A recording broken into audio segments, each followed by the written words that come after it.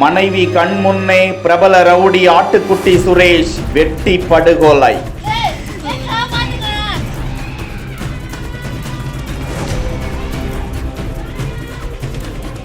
4 வருடத்திற்கு முன்பு திருச்சி ஸ்ரீரங்கம் மேம்பாலத்தில் பிரபல ரவுடி தலைவெட்டி சந்துருவின் தலையை வெட்டி கொண்டு சென்று காவல் நிலையத்தில் வைத்த A1 கொலையாளியை மனைவி முன்பு வெட்டி சாய்த்த கும்பல். திருச்சியில் தொடரும் பழிக்கு பழி படுகொலைகள்.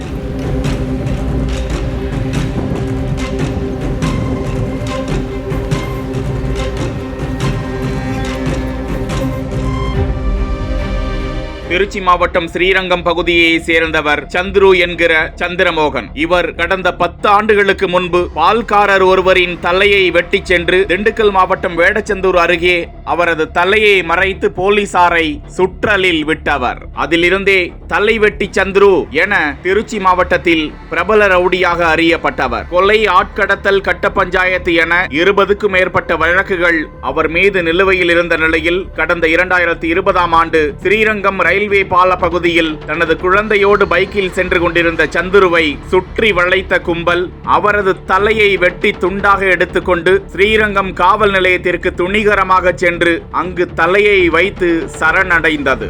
அதில் A1 குற்றவாளியாக இருந்தவர் ரவுடி ஆட்டுக்குட்டி சுரேஷ் என்கிற 35 வயதான சுரேஷ். அப்போது அவரது அண்ணன் சரவணன் உள்ளிட்டோரை போலீசார் கைது செய்து சிறையில் அடைத்திருந்த நிலையில் ஜாமீனில் வெளியே வந்த ஆட்டுக்குட்டி சுரேஷ் வெளியூரில் வசித்து வந்ததாக கூறப்பட்ட நிலையில் பழனி முருகன் கோவிலுக்கு மாலை அணிவித்து விரதம் இருந்து வந்த நிலையில் தனது மனைவி ராகினியோடு நவல்பட்டு பகுதியில் உள்ள வாராகி அம்மன் கோவிலுக்கு இருசக்கர வாகனத்தில் சென்று திரும்பிக் கொண்டிருந்த போது சரியாக அம்பேத்கர் நகர் சுடுகாடு அருகே அவரை பின்தொடர்ந்து வந்த ஒரு கும்பல் பைக்கில் மோதி நிறுத்துகிறது. தடுமாறி மனைவியோடு கீழே விழுந்த சுரேஷை தலையை சிதைத்து படுகொலை செய்துவிட்டு தப்புகிறது அந்த கும்பல்.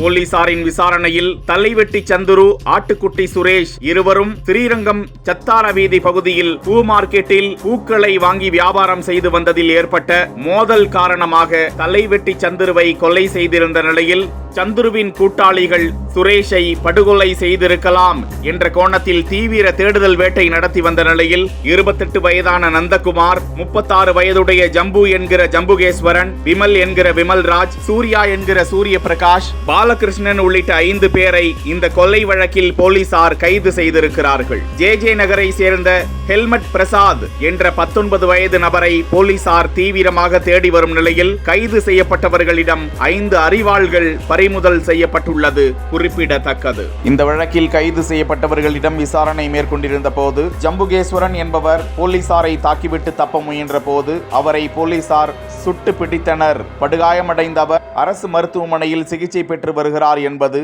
குறிப்பிடத்தக்கது.